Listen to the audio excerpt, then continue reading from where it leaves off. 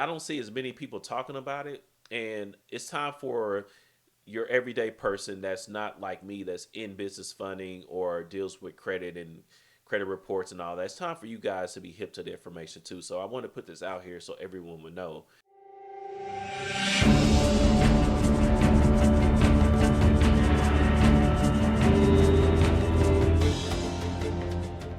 What's going on? It's Colin Brown here from Business Credit Unlimited. I'm back. So look, you see the title.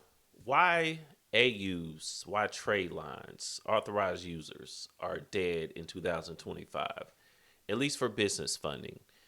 Let's talk about it because a lot of times, I like this is one of the most common questions that I get, and I have been getting for many years now. Should I add a trade line? Will an AU help? Trade line this, trade line that. AUs this, AUs that. Well, let's get down to it. Look, guys,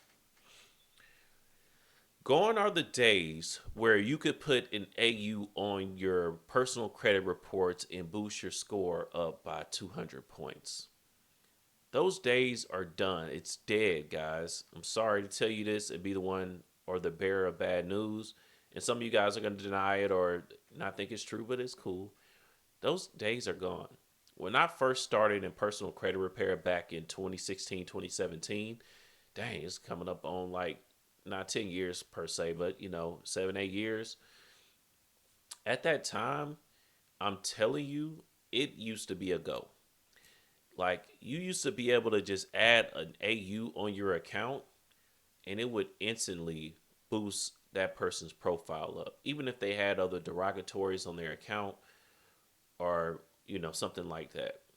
Credit utilization doesn't matter what issue you had, that 20-year account with 20K in limits, it would really help you. By the way, let's define this real quick. What is an authorized user? An authorized user or an AU or a trade line, these are all the same things. Even though a trade line itself, you guys, by the way, a trade line by definition is any account that's on your credit reports.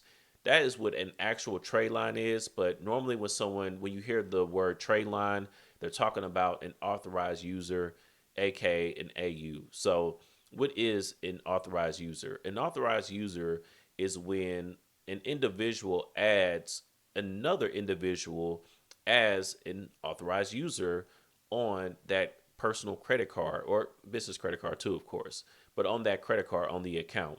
So you're not a primary. A primary is when you own the account. You use your own personal profile to apply and get approved for that personal credit card, right? And that's a primary account, or sometimes you'll see primaries. All right, that's the terminology you'll see. Primaries and AUs. So when you have, because you to be added as an AU, it has to come from that primary account. So if I add you as an authorized user on my account, I'm the primary, you're the authorized user. And most cards have that feature. Most banks have that feature on their cards, I should say. So Discover, say if I own a Discover card, which I do for 18K, if I add you as an authorized user, it will then pop up on your personal credit reports as if it's yours, but it will be coded as an authorized user on your personal credit reports.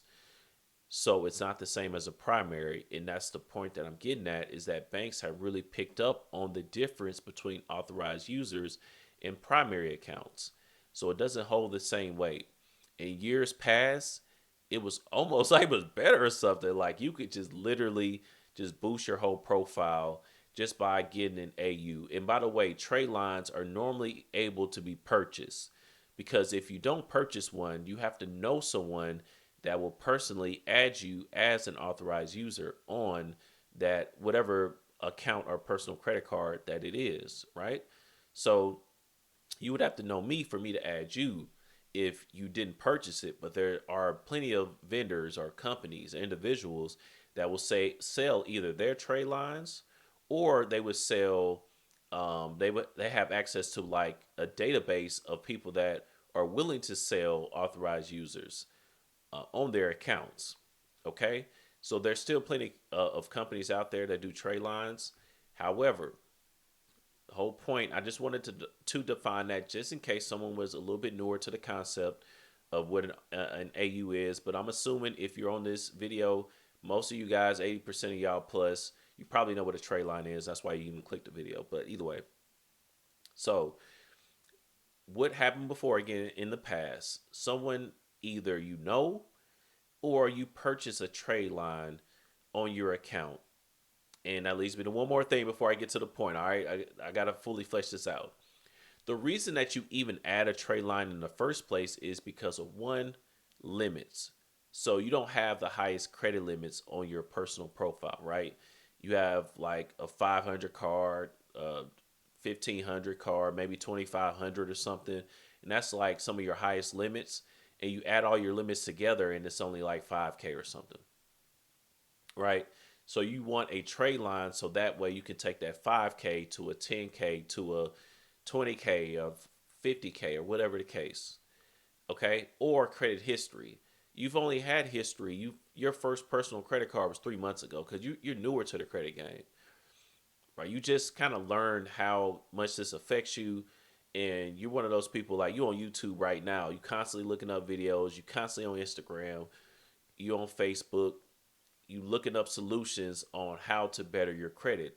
You might have repaired your own credit by now, but it hasn't been that long. It hasn't been 5 years for you yet. It's only been 6 months. It's only been 3 months, less than a year, or only like 1 year. And you know banks don't favor that, so you want a longer credit history. So you seek someone like me that has a longer credit history, it's 10 plus years, or you have someone that you purchase from that's 10 plus years that has that credit history on their personal credit reports for that long, and you purchase a trade line with them. But you're a business owner and you're looking for business funding, right? So that's a whole reason that I'm going over this. So this is not just trade lines in general per se, but this is for the business owners that's looking for business funding. And here's why I finally get into why I say it's dead. Look, the banks have really picked up on this. The banks have picked up on the difference between a personal primary account and a personal trade line or an authorized user because again it's coded that way on your credit report, so it's not like it's going to show up as a primary account. Okay. And I've had bankers literally tell my clients that, yeah, I went by your personal reports, I know those were trade lines. So if you're someone that's just purchasing like 3, 5 trade lines to try to build up your profile, I'm just letting you know it's probably not going to work the best for you because it's not the same as it used to be. The banks have really changed things. The first thing they changed is this, because this is the first thing you need to know about trade lines. I don't see a lot of people saying this, but in order for a trade line to even affect you at all, you have to have no derogatory marks on your credit reports. I've literally seen someone with like 1, 2 collections on their reports. They add trade lines and their score don't move at all. It doesn't jump. It doesn't change at all. So they've changed the algorithm, or the FICO has changed this. Advantage 2, I believe, to where you have to have a clean profile before it affects your score at all. Even when it does affect your score, you got a clean profile. You have no derogatories. You've added this trade line on your credit reports, and it increases your credit score 50 points. Your credit history is now 5 plus years, 10 years, or whatever. Your credit limits now goes from not just 5K, but to 50K. Congratulations. But guess what? When you go for business funding, keep in mind every time you make or you create an application with a bank, there is an underwriting system.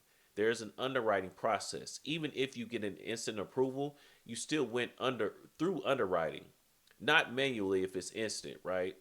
But notice, have you ever applied for a credit card, you clicked it, and then it just took no time? Like it was literally within a second, it took not even 1 second and you see approval. Probably not. It's gonna, like, they had a little ball there thinking, even if you got good internet, sometimes it takes like 10 seconds, 15 seconds, 30 seconds, something like that. That's even an underwriting process. So even if you don't use relationship managers or what have you, you don't go inside of a branch, there still is an underwriting process. And when you have a bank that's going through the underwriting process, or they have their underwriting system, they are analyzing your personal credit reports. for certain things. It's just that now tech and AI has gotten a lot faster at doing these things, but in that time, they are checking to see what primary accounts you have and if your account is built off of authorized users. So, this is what I will tell you about AUs. You want to qualify for business funding without any AUs. You don't want an AU to be the difference between not being qualified and being qualified, because AUs are now more like just a cherry on top. I'm not saying they hurt you either. I'm not saying they hurt you, of course. They can hurt you if you have if that person that you are purchasing the AU from, or someone that adds you, if their credit utilization is high, or they have any type of derogatory information like a late payment or two or three, whatever, then that will hurt you. But outside of that, an AU, a clean AU, is not going to hurt you, but it's dang sure not going to take you. Like, you cannot build your profile off of AUs now. You used to be able to do that. I'm telling you guys, I saw it with my own two eyes, where I saw clients back in the day where they had one car $500. They purchased AUs and they jumped up to a 780, and they were starting to get approvals with high limits just from their AUs. But I'm telling you, the underwriting process has changed. The banks have gotten hip to that, because guess what? What comes with this? When you have an authorized user, someone that is not necessarily qualified before the AUs, and they're just really leaning on authorized users, on trade lines, guess what happens? That person probably wasn't qualified, or probably wasn't the type of person that can manage high limit business and personal credit cards, because they're not used to having them as a primary account. So they have a $500 card they only have for 2 months, but they had the money to purchase AUs. Now they do that, they get a 20K limit, they get a 25K limit on the personal side, maybe even get funded 100K. You know what happens a lot of times to those people? Not every single time, of course, but you know what happens to a lot of them, or happened to a lot of them? They defaulted. They got the personal credit cards, they defaulted on it. They got the business credit cards, and they defaulted on them. They didn't pay back what they borrowed. And now, boom, you create an issue, because guess what the bank is going to do? They are a business. Banks are businesses, guys. And any good business is going to collect data and analyze data. So if you see an uptick in defaults, what are you going to do? You're going to look at the applicants, and you're going to look at their profiles. What do we need to do to make sure we don't get people that's defaulting? Because the bank is losing money on that. They're trying to mitigate their risk. So obviously, what happened, and I don't have tangible proof of this, but obviously, what happened to me is I do have tangible proof that people were defaulting, because I saw that again in my own two eyes. But just from the standpoint of what the banks did to improve, I'm more than likely, what happened was they looked at the data and was like, dang, the people that are defaulting a lot of times, they qualified only because of the authorized users, only because of the trade lines. But if we looked at their primary accounts, they didn't have as much going on yet. Their credit history was shorter. Their limits were shorter. We gave them 25, but their primary accounts limits were only $500, only even 5K or something, right? So the banks analyzed that data and then made changes. So it's not the same. It's just not. And it's evident. You don't see as many people selling trade lines now. You don't see as many people talking about trade lines. But I've been knowing this information for like 3+ years now. But I don't see as many people talking about it. And it's time for your everyday person that's not like me, that's in business funding or deals with credit and credit reports and all that. It's time for you guys to be hip to the information too. So I want to put this out here so everyone would know. But yeah, it's time for you guys to realize, like, it's not the same. You cannot build a profile off of AUs. You're not going to get far with it. Some banks, maybe their underwriting system hasn't changed and you still can get around it. But I'm telling you, you're not just going to start in 1 month, 2 months, add trade lines, and then get 200K in business funding, and then get your own primary account to 100K or something too, just like that. It's not going to be that easy, I'm telling you. It's not. AUs don't have near the value that they used to. Okay? Now, am I saying don't ever do it? I'm not saying that. It just has to be, you already qualify that AU is just a cherry on top. It just makes it even easier for you. Okay? and the bank will see that as supplementary information. That's not going to be their main source of what they use to qualify you or not, or approve you or not, I should say. Okay, so just keep that in mind. Now, this is when I would still use an AU. Number one, for a child, when you have a child when they're first starting their credit, right? Especially we're talking about on the personal side, because on the business funding side, you really just need to qualify beforehand. But on the personal side, where banks aren't nearly as stringent as far as criteria for being approved, I would have a child that just hit 18 or whatever, a teenager, right? If it's my child, or like I'm going to do this with my nephew or what have you, you can do it if you have children old enough. Add them as AUs on your cards. So that way they start out and they see a 750, 800 score because you added them on three of your cards. And now they get their own primary accounts because everything is clean. They don't have any information on their reports. And then boom, now they starting out with great 800 an 800 credit score at like 20 years old, 18 to 20 years old, right?